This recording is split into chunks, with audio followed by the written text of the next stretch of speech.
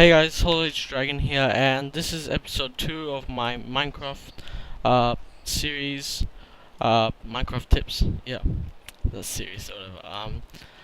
So today I'll be talking about spawner physics or explaining it or whatever.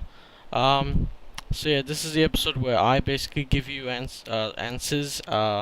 Next episode will basically be what you guys give me, like under this video. Write any question you want, maybe questions you've always wanted answered but never understood, like just anything, even running, how to run better, but anything.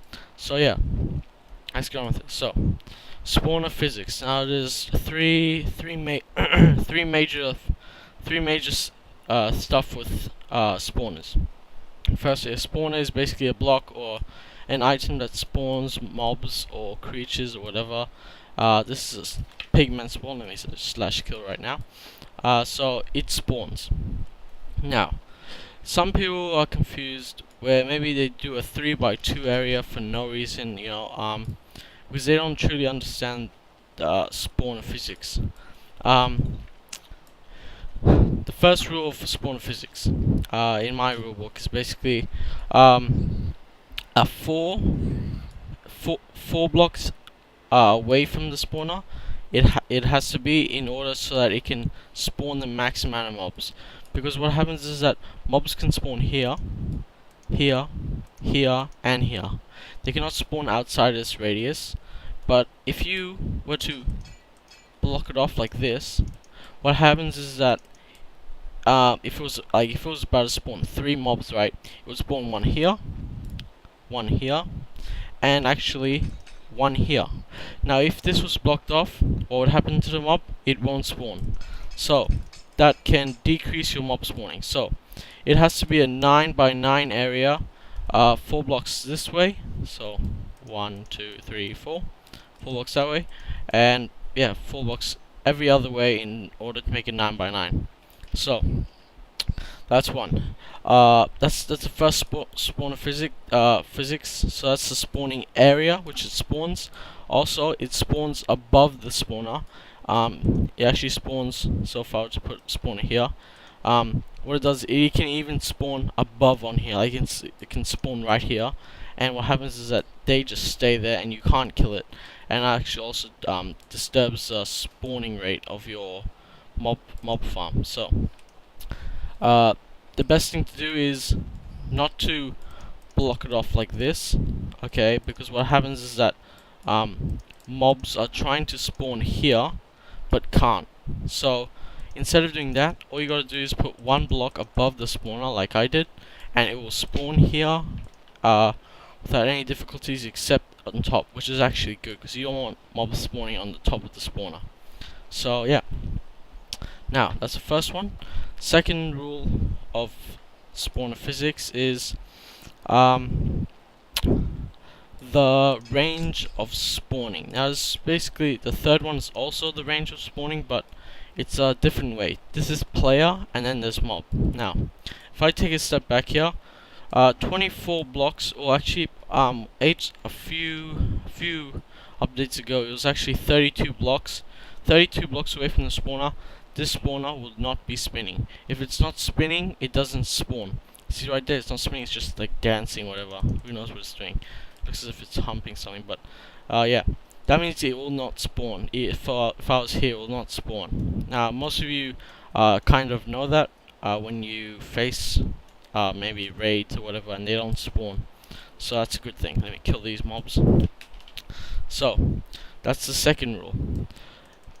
So if you're making a grinder, you can either make an AFK pool that throws them way down, or you can just AFK here, but I find that pretty annoying. So you've got to work out the height of which you can stay at, so that the mobs can maximize while it spawns. So what I mean by that is the third rule of spawner physics.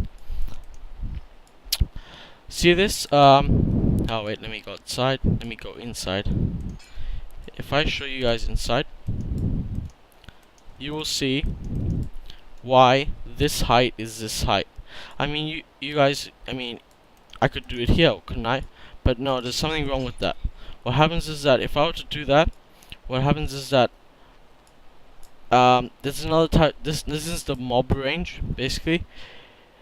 6 blocks under or 6 blocks to the side, mobs will not spawn more than 6. So if I were to basically block this hole off and make the level floor all the way here, it will not spawn more than 6. They will just stay here and they will not spawn any more than that, which is actually very annoying. You want to get as much mobs as possible in your grinder, and so if you were AFK like an hour, you would get heaps of mobs, but I think that's too crazy. You should never AFK for 1 hour.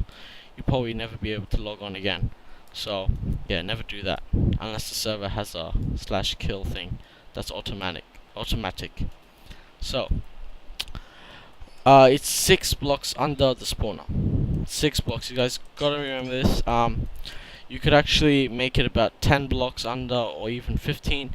It matters about the second rule, because you want it close enough so that they spawn, but also far enough so that it can spawn more than 6. So that's something to remember when you're making a grinder. And also, the reason why this